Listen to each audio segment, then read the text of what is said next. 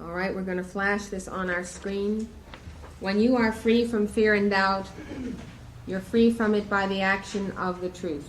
Jesus said, "And ye shall know the truth, and the truth shall make you free." And this is how you do it. On your screen now, you have yourself standing in the violet flame with a tube of light. Your heart flame is there. I'm holding it before you. If you want to take a picture of this in your mind and flash it on your screen, this is what's on your screen. Now when we say, "I am free from fear and doubt," you're going to see the emerald flame flashing up on this screen.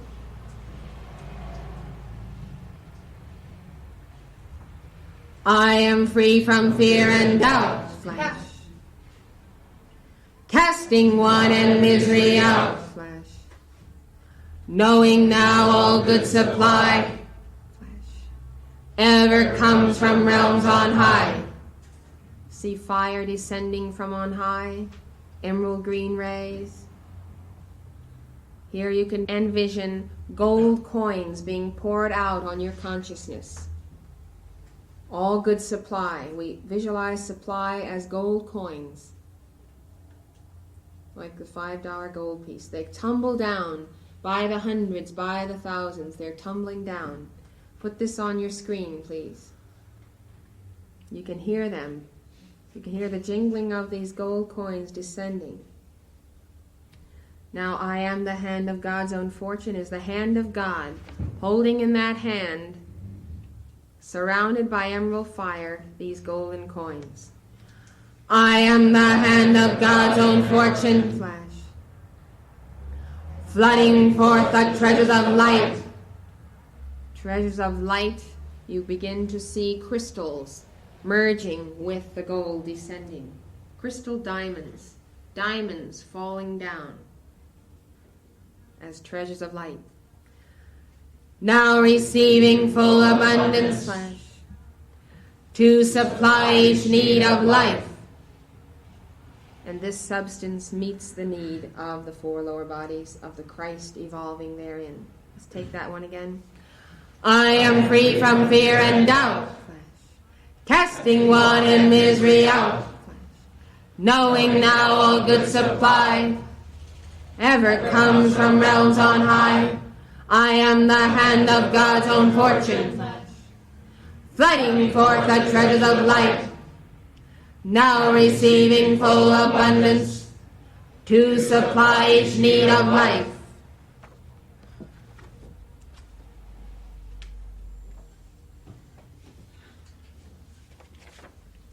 Now in the next decree of perfection, the Bible verse that I want you to remember is, "Be ye therefore perfect, even as your Father which is in heaven is perfect." You must know that verse. Memorize it. Be ye therefore perfect, even as your Father which is in heaven is perfect. The blue fire is the fire of perfection that we visualize. It's the blue flame I want you to see for this portion. Remember, these 10 decrees, heart, head, and hand, are the test of the 10. Perfection.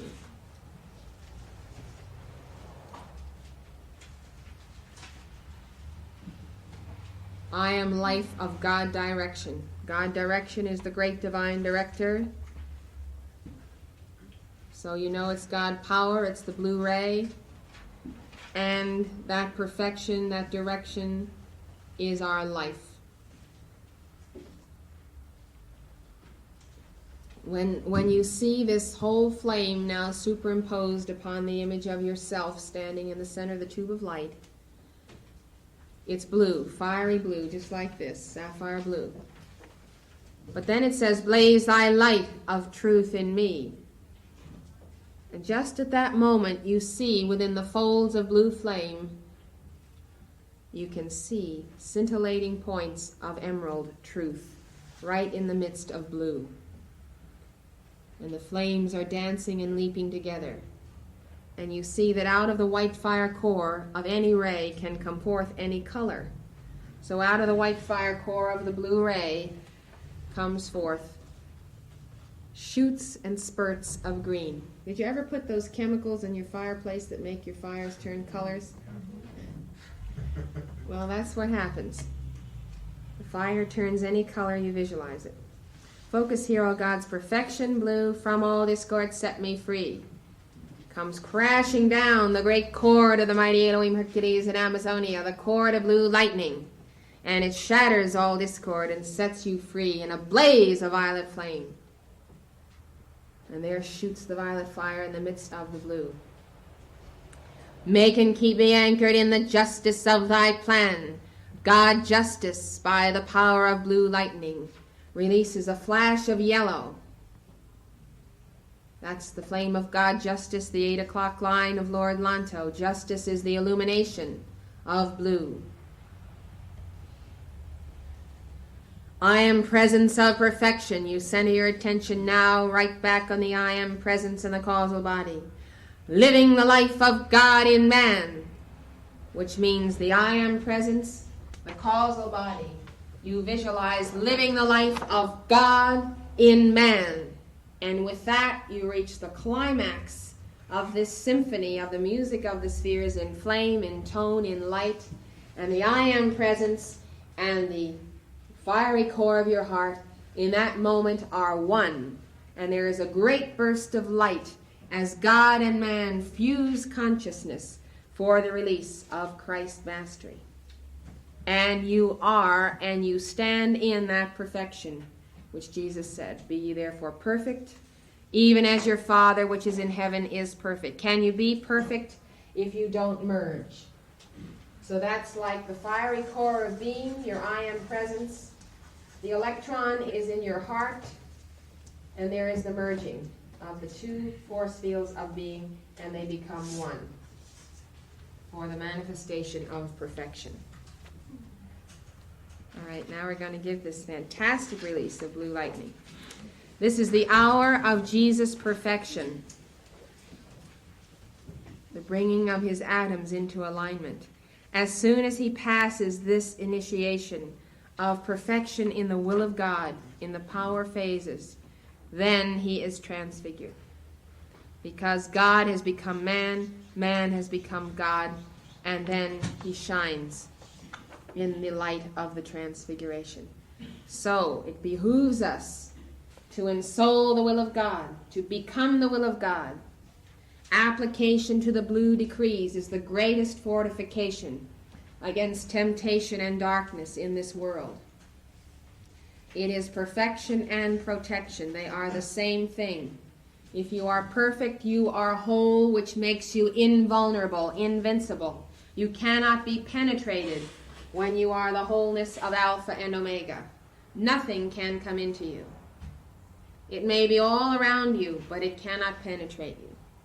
So perfection is protection. To be totally protected, you must be sealed in a sphere of perfection. Now you can have that protection from God, who extends his being to you through invocation for your protection without you yourself being perfect. We're not perfect, so we invoke the perfect consciousness of Archangel Michael to protect us. He seals us in the wholeness of God, and thus we are sealed in protection. This is the alchemy of the archangels when they protect us. If you are an archangel, you look down on this poor suffering humanity, how to protect your children. There's only one way. Wrap them in the blue sphere of Alpha and Omega, in the wholeness of God's consciousness, and then they are sealed until they break their harmony.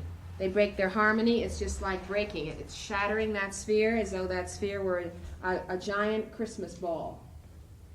When the inside of that sphere is discordant, it shatters the outside. Then we have to decree all over again the violet flame, call on the law of forgiveness, and again invoke protection.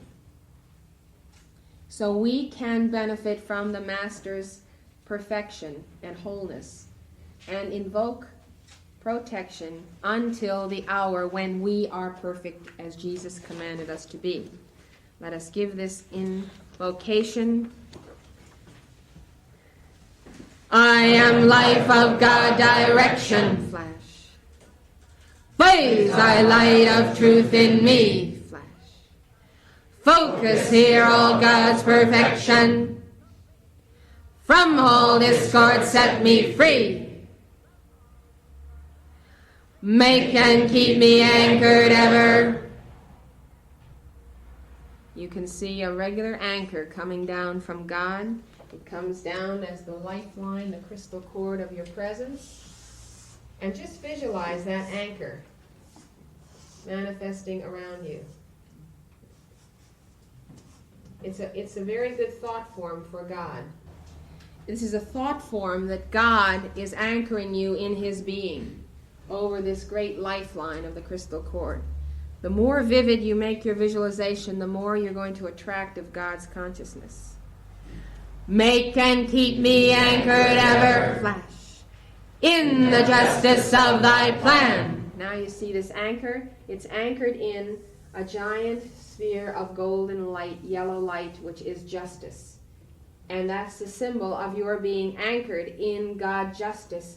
And all around this, you visualize the blue flame. I am the presence of perfection. Flash the whole image of your I am presence. Get ready for the great climax. Living the life of God in man. Flash. And then you see the merger of the as above, so below. And there's a burst of fire within you. Tremendous visualization. I like to see you going out as a Peace Corps, teaching this in every jungle, in every village, in every place all over the face of the earth. I can just see you all standing there, telling the people how to visualize this and drawing mankind into the Christ. This is the missionary work we have to do. Now the transcendent momentum of the transfiguration.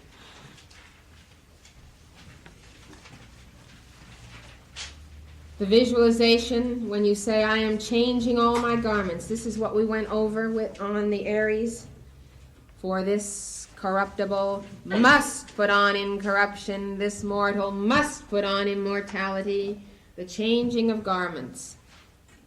You actually visualize, like snakeskin, all of your old garments just falling off. Peeling off. You actually visualize yourself stepping out of the old garments of your old consciousness, your old electronic belt patterns. Now what you are really doing when you exchange this, if you can get the magnitude of this event in your life, you are taking and exchanging your entire electronic belt for your causal body.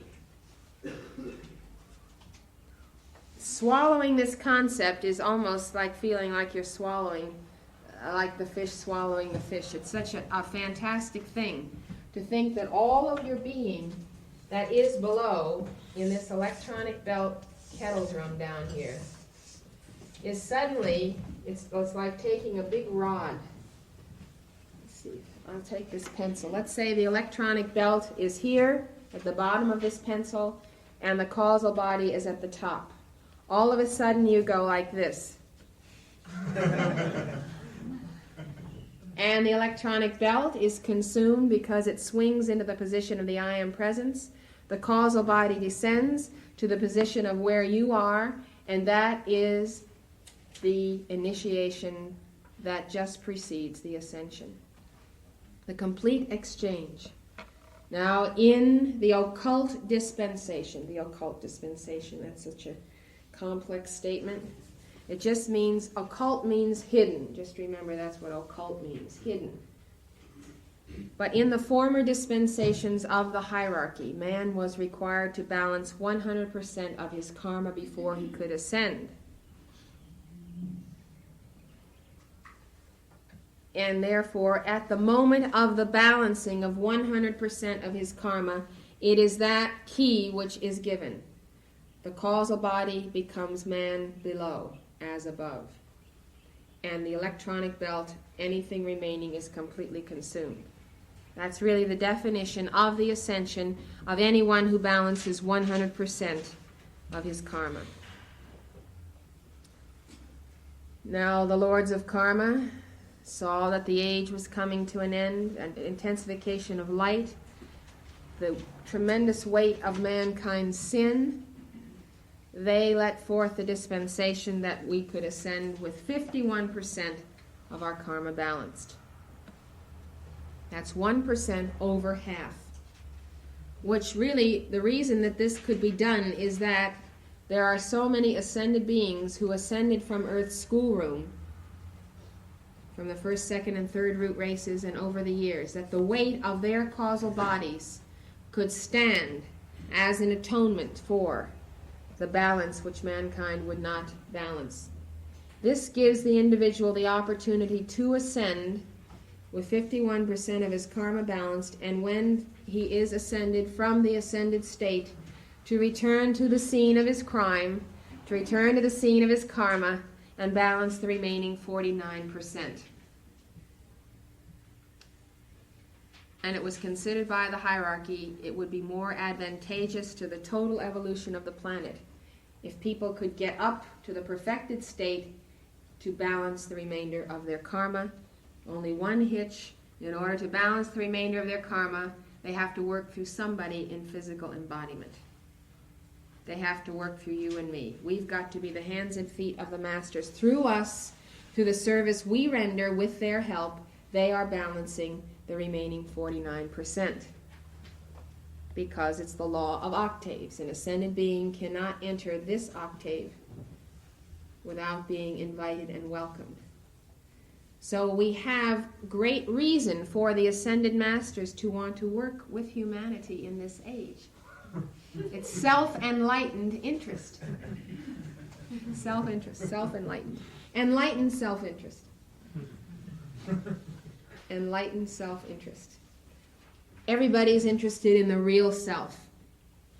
The real self of the masters, the real self of us, and this is the action of God reality, as above, so below. So the masters know if your real self triumphs, their real self will also triumph. Isn't it nice to feel needed? It really is. Makes you feel like your life is worthwhile, but because an ascended being, known or unknown, can balance his karma through us as we spread the teachings. I am changing all my garments, old ones, for the bright new day. With the sun of understanding I am shining all the way. I am light within, without. I am light is all about. Feel me, free me, glorify me, seal me, heal me, purify me. Until one figure they describe me. I am shining like the sun. I am shining like the sun. The action of the transfiguration is a stepping up of the threefold flame. All that has gone before in these tests is the action of the heart flame of Jesus expanding, expanding, expanding. Now we should not underestimate his attainment at birth of that threefold flame being fully developed. But for the purposes of our understanding this for ourselves, this process, we realize that from the very first demonstration of alchemy on the path, we are increasing the size of the threefold flame with each initiation that is passed. Moria says initiation is I niche, I action. And the niche is like the carving out of wood of another place in a piece of wood that marks another step of attainment. It's another niche of attainment through initiation. And the niche, or the increment, is manifest as an increase in the size of the threefold flame. The niche is the increase in size. And we can show this in cartoon. This little threefold flame here, and all of a sudden, it's this big. That's an initiation. Then it's this big. Then it's this big. And pretty soon you have what we have shown in this chart, that man is inside the flame instead of the flame being inside man. Now that's where Jesus stood at the moment of his transfiguration, perfected. Moria directed the precise placement of this flame on the being of man. You see what it has? It crosses at the heart. where the action of the threefold flame is. So the heart marks the line across man's being, as above, so below. He showed us exactly how the threefold flame curls around the feet. The feet are standing in the center of the square that is the base of the pyramid. And this flame is for the raising of the four lower bodies. And that is the flame that forms. You visualize yourself standing in this square. You're facing one of the points. You're facing the 6 o'clock line. The north is behind you. And the flame is rising beneath your feet. And that's when it begins to make that fiery coil that we drew yesterday. Now when the flame reaches this height, the whole body is in this state of perfection. Now you can't stand in that perfect geometry of the pyramid, of the flame, without all of your old garments falling off. And it's this changing process. It's very much like you would see the chemical reaction when you put two chemicals together and there's a fusion of those chemicals, and the former is no longer itself but is transformed into a new.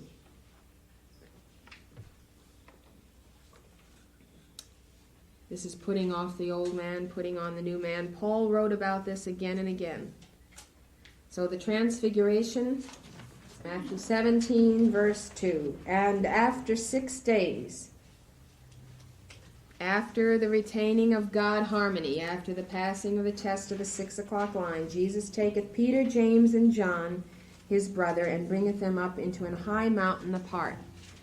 Taking them up into the mountain is taking them up in experience to the level of the I Am presence.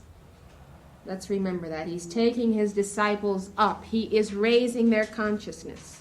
And physically, symbolically, they do walk up the mountain. And was transfigured before them, and his face did shine as the sun, and his raiment was white as the light. Even his garments took on the whiteness. It's quite good enough to have your face shining, but when your garment is shining too. And behold, there appeared unto them Moses and Elias talking with him. In any case, when you rise to the level of the God presence, you become aware of all beings everywhere who are at that level. Therefore, sometime, somewhere, you have risen to that level, and hence you believe in the ascended masters, because you have somewhere in your soul made contact with the masters and seen their reality, as did Peter, James, and John. People who have never risen to the level of the I Am presence don't believe in ascended masters. They haven't seen it, they don't believe it. That's just the way it is. So we, like Jesus, must take Peter, James, and John into a high mountain. We have to raise their consciousness to the God presence by being the God presence ourselves. So, they could have seen 1,500 other ascended beings, but they happened to see Moses and Elias, or Elijah. Then answered Peter and said unto Jesus, Lord, it is good for us to be here, if thou wilt. Let us make here 3 tabernacles, one for thee, and one for Moses, and one for Elias. Do you see this tendency in Peter's consciousness toward idolatry? What's the other example we had yesterday?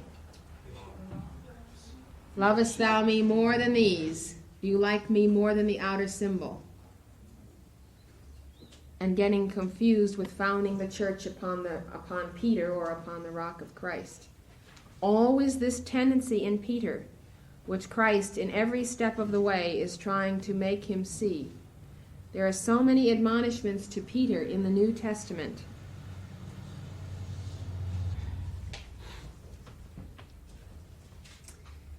While he yet spake, behold, a bright cloud overshadowed them, and behold, a voice out of the cloud. See, Peter couldn't sit there and meditate on this glorious event. He had to immediately think of a way to replace it with form. It's not even over with yet. It hasn't even happened. God is speaking out of the cloud of light here. saying, "This is my beloved Son, in whom I am well pleased. Hear ye him." Listen to him. Don't become involved in outer forms and symbols. You've got the Christ here with you. Hear him. And when the disciples heard it, they fell on their face and were sore afraid. And Jesus came and touched them and said, "Arise and be not afraid." Why were they afraid? They were afraid because the tremendous light of the transfiguration of God came upon their electronic belts and accentuated their darkness. And their darkness manifested at this particular point as fear, perversion of the God mastery which Jesus was demonstrating. Just remember this: wherever you have a greatest concentration of light, you have the greatest darkness. Jesus was constantly thronged by darkness, by people pursuing him, trying to kill him, doubting him, challenging him, arguing with him. It never ceased his whole 3-year mission. He had to go into the desert or into the mountain to be alone for a few hours at a time. And every time he came back, all the electronic belt substance of the people would be stirred up because of the intense light of his being. This is why an avatar cannot stay long in the world. In the end, every last disciple left Jesus except John the beloved. The focus of the Holy Spirit on the 9 o'clock line is John the beloved.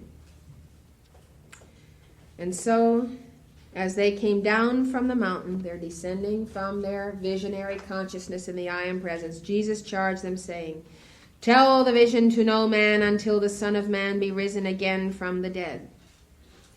This is an action of alchemy. He wants to seal what happened in the protection and the secrecy of the secret rays until he has completely demonstrated the victory over sin, disease, and death on the cross. And after his resurrection, then you can tell the people, because then I have overcome death. And his disciples asked him, saying, "Why then say the scribes that Elias must first come?" And Jesus answered and said unto them, "Elias truly shall first come and restore all things, but I say unto you that Elias is come already, and they knew him not, but have done unto him whatsoever they listed. Likewise shall also the Son of Man suffer of them." Then the disciples understood that he spake unto them of John the Baptist. Now let us flash upon our screen this image of the Transfiguration.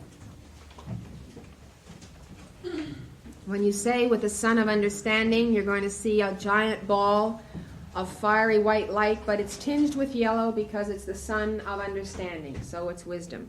So you're going to see that ball superimposed. I am shining all the way. The shining is the blazing action of that fire. I am light within, without. I am light is all about. Fill me, free me, glorify me, seal me, heal me, purify me. Each one is an action of a flash. Fill me with light, free me, glorify me, seal me in light, heal me, purify me. All these actions you're going to flash on your screen. Until transfigured, they describe me, I'm shining like the Son of God. And you see Jesus actually clothed in white with his luminous garments superimposed upon you. In this hour and moment of the transfiguration, there is no separation between you and Jesus. You are one with every other Son of God who has been transfigured before his ascension. So you see the visualization of Jesus, his face shining, his garments dazzling white, and that is upon you. And then the final, I am shining like the sun, the whole blazing reality merges into the white fire disk of the sun. Now you can feel the crescendo moving. It's impossible for me to give this decree slowly because, first of all, I have such a momentum on it, but secondly, when you really get into the spiral, that's just what it does. It's building a tremendous velocity here. You have the transfiguration, then the resurrection, then the ascension. It's one continual step up from the hour of perfection. And you have to feel that moving of the crescendo to victory. Together. I am changing all my garments flesh. Oh, and for the bright new day, with the sun of understanding, I am shining all the way. I am light within, without, flash, in, out. I am light is all about, flash. Fill me, free me, glorify me, flash. Seal me, heal me, purify me, flash. Until transfigured they describe me. I am shining like the sun. I am shining like the sun. Let's take it again. I am changing all my garments, oh, and for the bright new day. With the sun of understanding, I am shining all the way. I am light within, without. I am light is all about. Fill me, free me, glorify me, seal me, heal me, purify me. Until transfigured they describe me. I am shining like the sun. I am shining like the sun.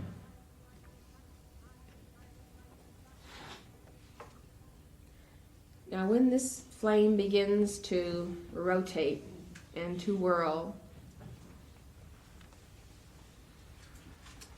the whirling action becomes the resurrection fire, which is a milky white mother of pearl, just like a pearl earring or just a plain pearl. And depending on the way you look at this flame, you see all of the colors. It's kind of opalescent white, like an opal. When you look in an opal, you see all different colors. Opalescent mother of pearl. That happens because the action is starting to whirl. So that's what you see in the resurrection fire. It's not so easy to visualize that, is it? If you can just get a glimpse of your memory of what a pearl looks like, try to expand it, try to see it moving. Now don't let anyone please be discouraged. You have all your lives to master these visualizations. In the name of my mighty I am presence, Holy Christ Self and Holy Christ Self of each one, I call now for the projection on the screen of consciousness of the flame of resurrection. Blaze the flame of Mother of Pearl. Blaze the flame of Mother of Pearl. Blaze the flame of Mother of Pearl. Together, I am the flame of resurrection, flash. Blazing God's pure light through me. Now I am raising every atom. Flash, see the flame curling, swirling through every atom of your being. From every shadow I am free. Flash. Each time the flame goes through an atom, there is a poof and darkness is dispelled. Shadows are dispelled. You can't help but see it because it's taking place. That's what the flame does. But you don't have to invoke the vision of it by visualizing. It'll just appear on your screen after you develop a momentum.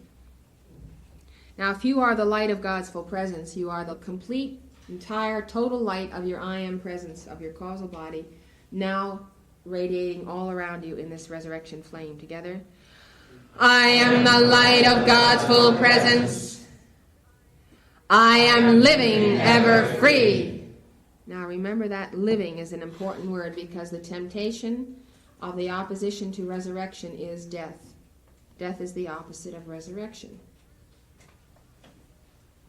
So you have to affirm that you are alive. And any vibration less than the Christ is the temptation that leads to death.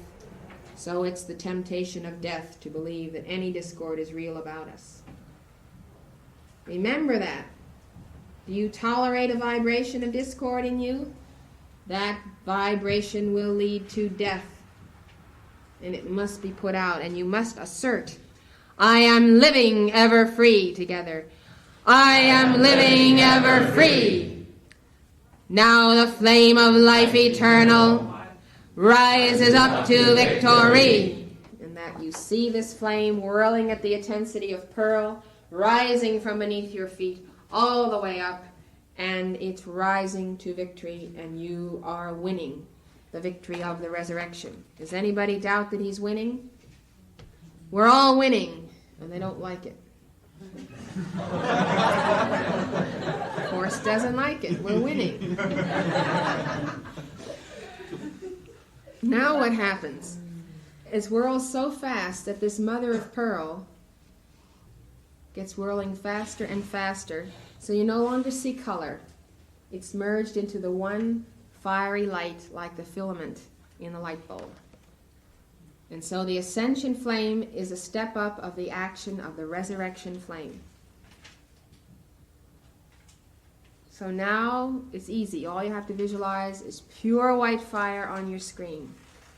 Together, I am ascension light flash.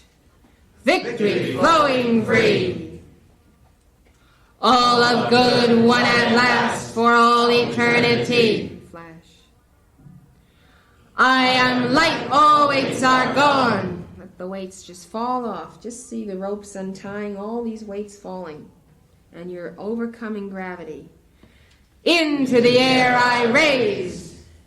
It doesn't say rise because it's you are raising. You are raising all of your atoms. The object of the verb is implied that you're raising all of your being. I raise, the I am presence. What's the first thing you do? You got your hands in this way down. Because to all I pour with full God power. The minute you experience the ascension, you want to give it to everyone else.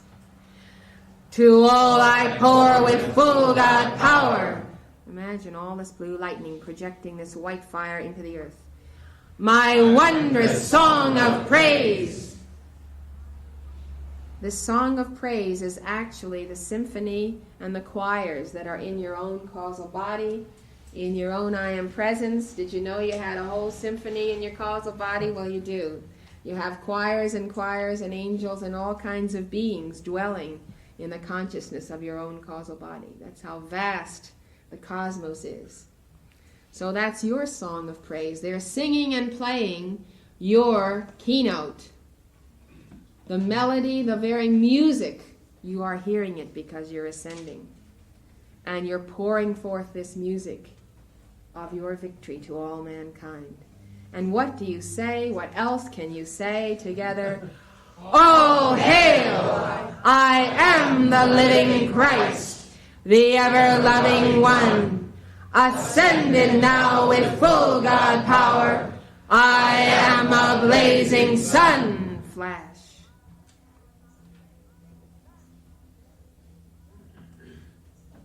Now imagine yourself doing this ritual every single day of the 1.30s.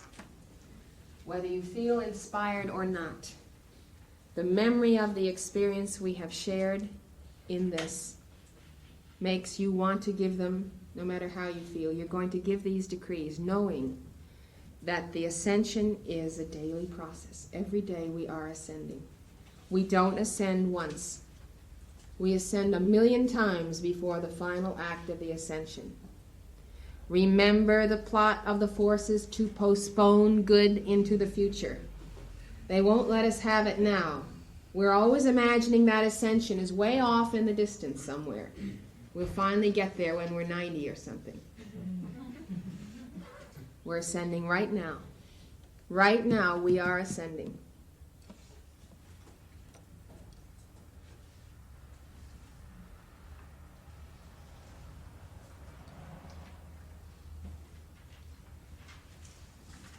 Moria just told me to count the lines of the decree because he wanted to teach you something about the lines in this decree. I've counted 81 lines. 9 times 9 is 81. The power of the 3 times 3 is an action that you need in alchemy for precipitation. You get 3 times 3 times 3 times 3. That's 3 to the 4th power, is it? 3 times 3 times 3 times 3. So 3 to the 4th, right? Okay. Power of the 3 in each of your 4 lower bodies, which is the balance of the threefold flame, right? Yes. You go around on the clock, it's a 4 lower bodies. You go around on the clock, it's 6 times and then to the 9 o'clock line. 6 times around the 12 plus 9. 6 times plus 9. Right to the 9 o'clock line, which is the point of precipitation of the Holy Spirit, as above, so below. Moria just likes to slip in the fact that all things are carefully planned, and that when he released these decrees, he knew what he was doing. All right? I'm very happy to have been able to share this with you.